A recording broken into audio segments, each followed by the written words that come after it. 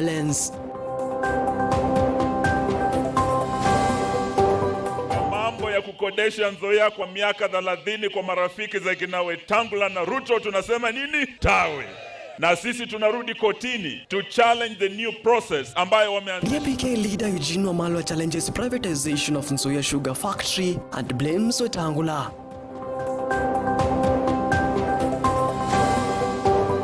Service providers ama zile kampuni za maji katika zile county wako na jukumu la kuhakikisha kuwa maji yaliyosafirishwa ndio maji ambayo yanafika manyumbani mwetu ama kwa consumers. In between tuna kitu tunaita na intervening water. Huo ni yale maji ambayo tunapoteza katika transmission. As the world marks World Water Day on March 22nd of 2025, CS Muga once against water losses urges action on non-revenue water.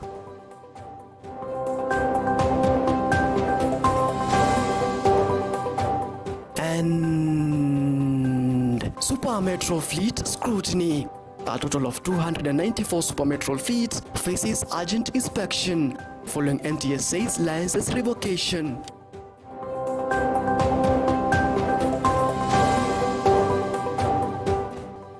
Alright, remember you can watch this particular broadcast live on Facebook and as well as on YouTube, and you can as well send us your feedback through our SMS line, that is 23059. Macharia is my name, and EBN Weekend Edition starts now.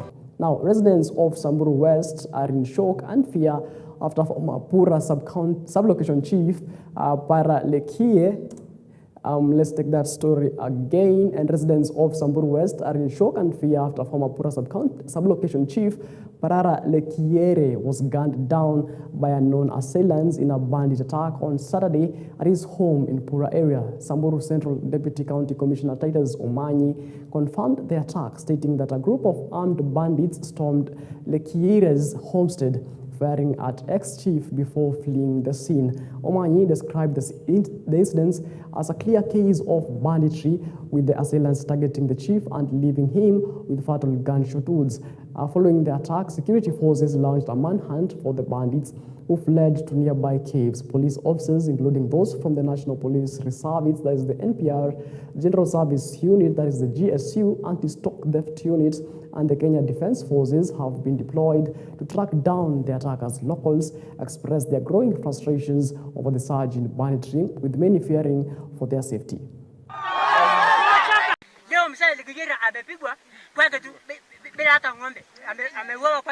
Mama mwingine jinsi tena akapigwa hapa risasi. Kwani wakati wanataka nini? Serikali ya Ruto inataka nini? Wapi Murkomen? Murkomen amelala kwa darasa. Tangu miaka mbili imeenda, zaidi ya miaka mbili tukipigwa kila siku, watoto wanauliwa, wamama wanauliwa, wazee wanauliwa, kila siku kwa boma tu hiyo mtu. Hii ni msimu wa kulima. Tunajaribu kutayarisha mashamba yetu, lakini tunaona maadui wanatufamia kila siku wa mashamba yetu. Next week tuko tena na exams ya watoto. Kuna wanafunzi wetu wanafanya mtihani. Hiyo shule sahi ya Pura hakuna mtoto. Tunataka watu hakikishie tuko na usalama wakati tunatayarisha mashamba yetu, na watoto wetu wapewe usalama ya kutosha. Nataka itoki, tumefunga mabiashara leo kwa sababu kutuuliwa. Hatuna wasee, tunalia kwa sababu wasee. Tunalia watoto wami, tumeisha. Tunataka amani. Amani imekataa kuwa. Tunataka leo amani. Ile vitu tunasema vita tumekataa. Msana anatoka kwa asubuhi kwenda kujisaidia, anachukua pesa. Na hii maaskari wako na kila kitu ya kufanya. Na wanalala hapo tu the whole day. So what are they doing? We lost unaccountable chiefs, even in Poro and everywhere, where we lost even we have the widows, we have the orphans on the grounds. So we are denouncing this. I really direct this one to William Samuel Ruto, that you must avoid, and you must, it is our right, we demand for our rights. You must stop this. We don't want to die. Right, at the same time, Head of Public Service Felix Kosgei has issued a stern warning to those propagating banditry in the Northern Rift region, terming it as a criminal activity that has derailed the security in the area. Now let's take a look on that particular story. We are not going to leave Tiati behind because of insecurity. We are going to deal with these criminals. We are going to deal with anybody who is causing insecurity in this region. We don't want North Rift to continue being branded that is an insecurity area, that it is a disturbed area. Hatuwezi kubali. President ametoa amri, alisema kama mnataka hapa ifanywe hiyo army barracks atatuma askari wote. Alisema si alisema Jamali Ngoto. Kwa sababu ya nini? Kwa sababu tunataka Tiati iendelee kama sehemu zingine za Kenya hii. Saa zingine unapata mtu sijui bangi imejaa kijwa anaua ng'ombe. Saa zingine mnaona mtu anafanya mambo ya ajabu. So ile tungeomba tu ni hayo ni individual actions. Na mtu akifanya maneno yake kama individual adiliwe naye kama ni individual. Mambo ya kusema community ama askari yote ni mbaya ama nani yote ni mbaya, hapana. Tuko na irrigation scheme moja ambayo tunagawana na majirani zetu ya Tot Koloa. Hii project iko na potential ya kuirrigate eka 2,000. Can you ask them to help us in reviving this irrigation scheme? Right, the leader of the Democratic Action Party of Kenya, DAPK, Eugene Wamalwa, has announced plans to return to court to halt the ongoing efforts to privatize the Nzoia sugar factory. Wamalwa's statement comes after a notice regarding the privatization was published in the official government gazette. Speaking during a funeral ceremony for Philip Wafula in Musikoma village, Kandui constituency, Bungoma County, Wamalwa criticized National Assembly Speaker Moses Wetangula for prioritizing the privatization of the sugar factory, arguing that this move violates the law. Wamalwa emphasized that the privatization of public factories was struck down by the courts, and he accused the government of President William Ruto for pushing with the controversial clauses and a framework that does not comply with the law. Kwa mambo ya kukodesha Nzoia kwa miaka 30 kwa marafiki za kina Wetangula na Ruto tunasema nini? Tawe. Na sisi tunarudi kotini to challenge the new process ambayo wameanzisha. Wamesema eti they were not privatizing. So they did not proceed under the Privatization Act. Wako wanasema sasa wanafanya PPP so that they will go ahead to lease Nzoia for 30 years to a friend of theirs. Tuko tunarudi kotini to challenge the new process. And we also want to challenge the PPP Act, because after we went to court as the opposition to stop the Privatization Act for being unconstitutional, for allowing privatization of strategic public assets without public participation and oversight. Hiyo sheria ilitupiliwa mbali na mahakama, Privatization Act. Lakini kila wanatumia sasa ni sheria ya PPP. It is the new vehicle for opaque, corrupt deals by the Ruto government.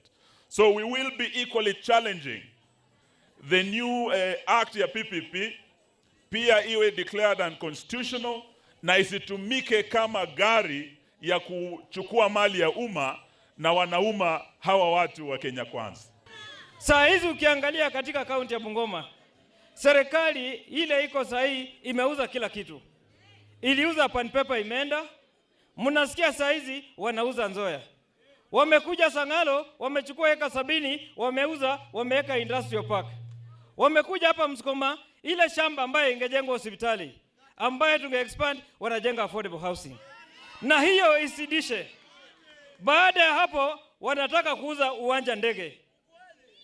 Sasa mtu ule yako na akili, unaweza uza uwanja ndege kweli? Right, hundreds of super metro vehicles are undergoing urgent inspections after the National Transport and Safety Authority, NTSA, revoked the fleet's operating licenses. The inspection process began early this morning, involves a total of 294 vehicles, and is expected to continue late in the day. NTSA's inspectors are focusing on several key areas of concern, including vehicle bodywork, speed limiters, lighting systems, safety belts, and tire conditions. The authorities are also ensuring that each vehicle is mechanically sound and meets roadworthiness standards. In response, Super Metro SACCO has filed an appeal with the Transport Licensing Appeals Board in Nairobi, challenging the NTSA's decision. The SACCO labeled the suspension as arbitrary and unjust, claiming that it had made significant investments to meet regulatory requirements. Super Metro also argued that the suspension would severely disrupt operations, jeopardizing the livelihoods of thousands of employees. The SACCO further asserted that the NTSA's decision was based on conjecture and insufficiently investigated facts, that has requested a review of the suspension.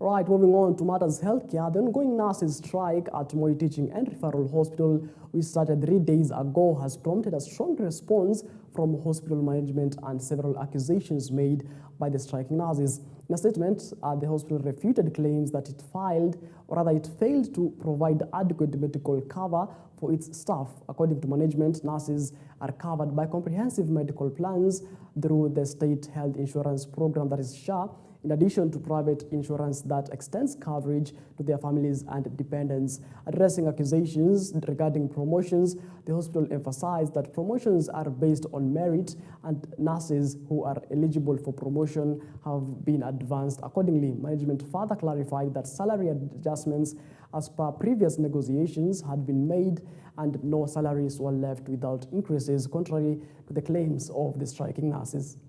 Following the strike, we did, of course, also approach a court, and now we have injunctive orders, and the strike is no longer legal, secured, or protected. And we urge our members, the members of our staff, members of Canaan, to come back to work and heed the calling of service to humanity, as this is the reason why they are employed in MTRH and any other places that they do work in. And that any challenges or disagreements that we may have from time to time can actually be solved through dialogue, and we are always free and ready to listen to them. Despite the union being on strike, most services, especially the emergency services, have continued because we have nurses who did not participate in the strike, and others who we've recently just hired, and some we've just gotten to cover during this difficult period. But we also assure the members of the public that any emergencies that have to be, if they have any emergencies that they need to be taken care of, they are still able to be taken care of in MTRA. Now, a section of MPs from Kakamega County have rallied behind Cooperative Cabinet Secretary Wycliffe Oparanya, urging him to run for Deputy President in the 2027 general elections. The leaders, who were speaking at a ceremony to distribute funds from the Wezo Fund in Huisero constituency, emphasized the need for Mulembe community to have a stronger voice in national politics. The event, which was presided over by Oparanya himself, saw support from several MPs, including Christopher Eseka from Huisero.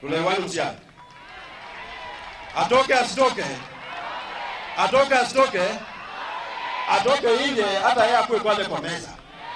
Ashikane na Wetangula na Mudavadi wakae pale kwa meza. We want the running mate wa President Ruto 2027 atoke katika jamii ya Waluhya. Tumekosa kupangiwa na kupangwa. Sisi wenyewe tunapangwa na mtoto Mambo ya sisi kuingia kwa dirisha lazima ishe this time round. Wycliffe Oparanya is there courtesy of going through the window. We must now put our acts together, our numbers together, and negotiate properly in 2027. Sisi hatuwezi kuwa vile chairman amesema, wa kuambiwa tu chukua hii ndio imebaki. Saa hii tuko hapa, but we can't afford to continue being clueless, rudderless and networkless. Lazima tushike network. Hana ubaguzi, amesema sisi wote kama viongozi ambao tunahudumia wananchi lazima atembee na sisi wote pamoja ili kuhakikisha hakuna nafasi ambayo tunaipoteza. Tumemwona amefika kuwa waziri, yale ambayo anatufanyia. Naomba niungane na Mheshimiwa Aseka, niungane na Mheshimiwa Shinali, niungane na wabunge wenzangu kwamba sasa Mheshimiwa Wycliffe Amesa Oparanya tunakutoa hapa, tukuweke kiwango ya kitaifa, mahali wanagawa chochote cha Western, wewe kaa hapo, 2027 wewe uwe candidate wetu pale naibu wa rais kusimamia watu wa Kenya kama deputy president. Huyu Wycliffe Ambetsa Oparanya alikuwa waziri number 1 wa planning, akawa governor number 1.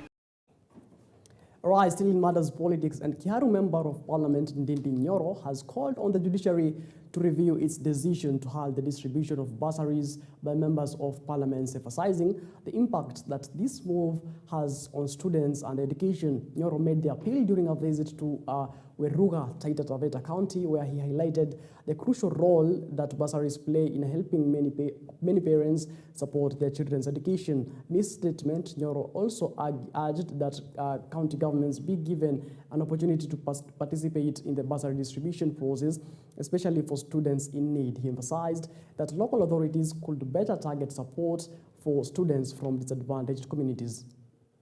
Katika ile mambo iko katika kotini in regards to a case against NGCDF, mimi naona ni kama wanaendelea kusema ya kwamba CDF ibaki. And I want to request our Supreme Court, kwa unyenyekevu sana, we respect our judiciary as much as we respect every other organ of government. Myself as an MP, na wauliza kwa heshima, wakifanya uamuzi ambayo iko mbele yao in regards to the existence of NGCDF, na wauliza kwa heshima kubwa sana, kwa niaba ya wazazi wa Kenya, kwa niaba ya wanafunzi wa Kenya, na wauliza kwa heshima watengeneze barabara muafaka ndio NGCDF iendelee kutumikia wananchi wa Kenya.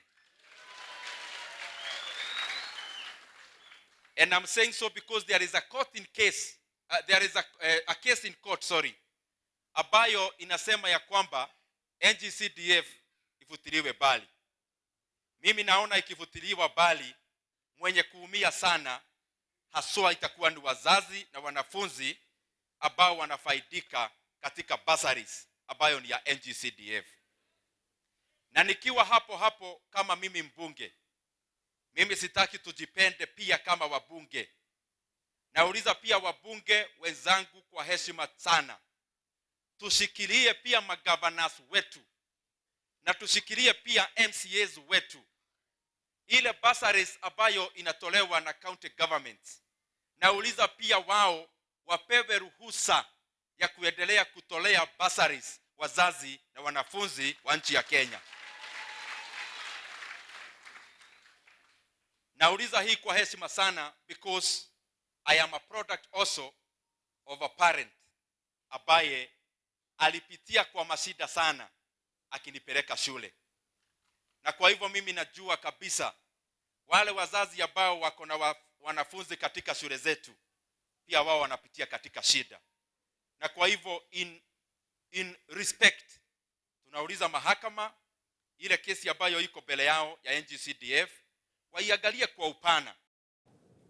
Right, moving on. In a successful operation, police officers in Mumias East constituency have recovered 26 stolen cattle from various villages, including Emahola, Emalambo, Bumini, Muikali, and Muganga. The operation has led by Mumias East Deputy Police Commander Beatrice Odira, who acted on reports from local residents about livestock thefts in the area. During the operation, 3 suspects were arrested while others managed to flee. The recovered cattle were detained and the suspects are expected to be arraigned in court on Tuesday. Deputy Commissioner Odira also imposed a ban on the transportation of livestock within the region between 6 p.m. and 6 a.m. She urged livestock owners to brand their animals and make it easier to identify stolen livestock and aid in swift recovery. Odira assured the residents of enhanced security for their livestock and encouraged them to promptly report any missing animals. Kama security team ya Mumias East, tumeamua kuwa mifugo, wale ambao wako na mifugo, mweke alama kwa mifugo yenu ili iweze kutambulika. Na pia usafirishaji wa mifugo usiku tumekomesha. Chiefs, assistant chiefs, hatutaki mifugo kusafirishwa usiku. ianze kutembea kuanzia saa 12 wakati kila mtu anaona. Kama kuna magari ambayo inasafirisha hii mifugo pia tutahakikisha kuwa tumenasa na tumeangamiza wizi wa katika eneo bunge la Mumias East na pia wale majirani. Tumekuwa na report za wizi wa mifugo. Hizo sehemu za Mumias East, Matungu, Butere. Kwa hivyo imekuwa visa ambavyo vimekuwa kwa wakati. Ng'ombe yangu ziliibwa ng'ombe 2. Ilikuwa Wednesday last week. Na hiyo ng'ombe imepatikana leo katika area inaitwa Haunga. Nilipopata habari nilikimbia paka kule, nikapata zimesafirishwa huku Shanda, nikafuata kwa sababu zilikuwa zinakuja kwa miguu. Nikazipata kwa njia, nikapata moja. Mimi ng'ombe yangu ilipotea tarehe 23 mwezi wa Januari mwaka huu. Sasa nimeshajaribu kutafuta sioni. Sasa leo nimesikia habari kwa redio ati ng'ombe zingine zimepatikana Shanda. Sasa hiyo ndio sababu nimesema awacha nitembee niende nione. Sasa vile nimefika nimepata moja mama nyeusi, lakini ndama yenye ilikuwa nayo ziliibiwa 2. Lakini ile ingine sijaona. Ng'ombe alipotea mwezi wa kwanza tarehe 12. Na nimetafuta Mateka nikaenda Mianga sikupata. Ndio maana nimesikia leo na Sianda ati ng'ombe zimepatikana huko Haunga. Now, the body of a middle-aged man who drowned in River Tana while swimming has been recovered following a day of intense search operations. The victim, identified as Richard Kimani, a Juakali artisan from Garissa, was found after disappearing in the river while attempting to cool off the extreme heat. According to police reports, Kimani had been with an identified friend taking shade on the banks of the river. In an attempt to escape the sweltering temperatures, Kimani decided to swim across the river. However, after several minutes of not seeing his friend, the companion raised the alarm, prompting rescue efforts. Despite attempts to save him, Kimani was swept away and rescue teams were unable to locate him immediately. After prolonged search, Kimani's body was recovered from the river. Garissa Township Sub-County Police Commander Samuel Boit confirmed the tragic events, offering condolences to the family. He also issued a warning to local residents about the dangers of swimming in the river, particularly due to the rising water levels caused by ongoing rains in upstream counties. Hii mto iko na maajabu, na sasa tumeshangaa kuona kwamba huyu ameweza kumfuata rafiki yake. Kwa hivyo inamaanisha kwamba hii mto sio mto safe, hii mto iko na mambo yake. Na tunawaomba jameni, watu mkisikia joto inawazidi, msiseme mnakuja kuoga kwa mto, kwa sababu hii mto iko na wenyewe, na hao wenyewe wasije kuja kuwachukua na mkaondoka. Tumekuwa hapa tangu jana around saa 9 saa 10, one of our community members alikuwa wanaogelea hapa kwa mto, and by bad luck alikadrone akapotelea kwa maji, whereby hiyo droning yake imekuwa dakika ya mwisho kutoka jana. Ametafutwa asubuhi, watu wameamka hapa 6, ametafutwa hajapatikana. Until sasa tumeseek assistance ya Red Cross, and we are very grateful to Red Cross because respond positively. Ile kitu ningetaka kusema, hii mto imeenda na watu wengi wetu sana, na ningeomba watu wajihadhari na hii mto. Wakati hii kwanza hii wakati kuna jua, watu nasikiaga wanakuja kuogelea. Tafadhali tuchunge. And the gentleman went on this swimming exercise. Unfortunately, he never came out from the water. His friend tried to locate, but he could not. Moved to Macharia, Garissa BCH Macharia, for preservation and pending autopsy. That is pending postmortem to determine the cause of death. Right, moving on. In a commemoration of World Water Day, residents, forest officers, and Embu Water and Sanitation Company, that is EWASCO, united for a tree planting initiative aimed at safeguarding vital water resources. The event held at Tirangi Forest on the slopes of Mount Kenya saw the planting of over 3,000 trees in a concerted effort to preserve the region's water catchment areas. This initiative is part of EWASCO's larger commitment to plant 10,000 trees in key water towers affected by human activity and climate change. The event was aligned with the year's World Water Day theme, Glacier Presentation, which emphasizes the critical role of glaciers in maintaining global freshwater supplies. The theme also highlights the urgent need for environmental conservation to address the challenges posed by climate change. My name is Mary Mugwira, Head of Corporate Services, Embu Water. Today we are celebrating World Water Day, and in that regard we are at Tirangi Forest, the main catchment area where we get water to provide to our customers. We have been able to plant trees today. You can see we have quite a number of people, and our target for this year is to have 10,000 trees, which we are going to take care till they mature in order to ensure that we have enough water, ile ambayo itasaidia wateja wetu, pia wale generations ambao wanakuja tusikue tukiwa na shida ya kupata maji. Pia miti itaweza kusaidia kuwe na hewa safi, ndio mazingira yetu pia iwe nzuri, iwe safi, maradhi isikue ikipata watu hapa na pale. Na kwa hivyo kama Embu Water tunafuata presidential directive ili tuweze kusaidia president kutimiza ile ambayo ameahidia wa Kenya. Kwa hivyo tuungana na dunia yote siku ya leo ili kuhakikisha kwamba kila kitu kuhusiana na maji na hewa, mazingira yote iko safi.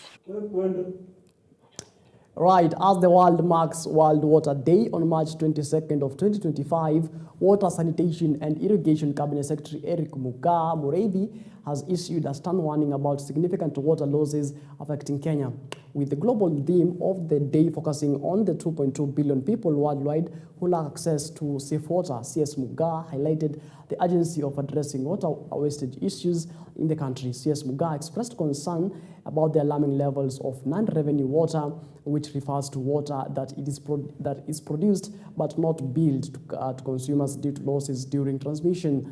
He pointed out that illegal connections, underground leaks, and uncalibrated water meters were contributing significantly to the country's water wastage problem. Water service providers ama zile kampuni za maji katika zile county wako na jukumu la kuhakikisha kuwa maji yaliyosafirishwa ndio maji ambayo yanafika manyumbani mwetu ama kwa consumers. In between tuna kitu tunaita non-revenue water. Huo ni yale maji ambayo tunapoteza katika transmission. Haya maji yanapotea kwa sababu either kuna wizi wa maji, yanapotea kwa sababu pia kunaweza kuwa kuna zile leakage, internal leakage kwa mifereji ambayo imezikwa chini na ionekani. Kuna leakage kwa matangi yetu, ama kuna yale maji ambayo yanapotea kwa sababu our metering systems, zile mita zetu ambazo ziko manyumbani kwetu ama ziko kwa bulk transmission mains, hazijakuwa calibrated, haziko sawa, so zinasoma makosa. Na how to mitigate this? Lazima counties na water service providers ambao wako chini ya county wawajibike sana.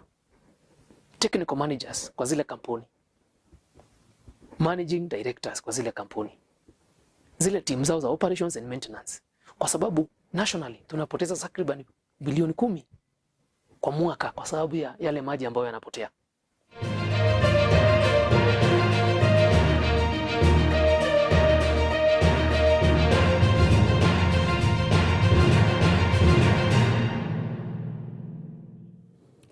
Right, let's get sports now. And the Harambee Stars are gearing up for the crucial 2026 FIFA World Cup qualifier match against Gabon this Sunday at 4 p.m. set to take place at Nyayo National Stadium. With both teams eager to secure vital points, this match is critical for Kenya's World Cup aspirations. In an exciting development, all tickets for the highly anticipated clash have been sold out. Fans who purchased tickets in advance are the only ones permitted entry into the stadium, highlighting the enormous support for the national team. The match promises to be an electrifying affair as the Harambee Stars look to capitalize on home advantage and take a significant step towards qualifying for the global football showpiece. Tomorrow is going to be very tough. Gambia was exceptionally tough, but the team performed really well, stuck to the plan. I know it wasn't a lot of time for us to prepare, to be together, to gel and to have understanding, but I thought we did very well, good. Very unfortunate not to win the game, but we are happy we didn't lose and we can take a lot of positives from that performance. So yeah, we play in the team that's in top of the group. No, it was just a tactical change because when you play at home, you have to be brave. When you play away from home, yes, you want to be brave and you want to give the team the best opportunity to win the match. So I felt that experience will maybe take us a bit further because you have the 3 DMs. Gonzalez plays in Spain, Okuma, who plays in the Persian League. Very happy to be here. It's my first time over here, and let's say that the country is very nice, and we've been welcomed very well, so I'm very happy to be here. I think we are an ambitious team, so we will try to win this game, obviously. We come here with a lot of ambitions, and yeah, that's it. Ready to go for tomorrow, and I think the fact that we are playing at home, it gives us an oomph going into the game. So yeah, I think everyone is ready. Yeah, we are equally happy to be back home because we've been playing away from home. Yeah, we look forward to the fans, to the support of the home crowd. And yeah, tomorrow, just like any other day, we are all going to give it our best. I think it's going to be a good tactical game. Yes, they've got good players. We've equally got good players in the team. So I think tomorrow is going to be a very interesting game and a very tactical game. It was an amazing achievement for myself. It was like a dream come true, to be fair. It was a dream come true, to be fair. My family at home was very happy, and the family I have here as well were happy as well. So yeah, it was a great achievement and a great memory for me to take back to Australia. I spoke to coach. You know, he put a good idea in my head, and I thought this is perfect for me. I've always been in touch with this place. I love this country. My father's here.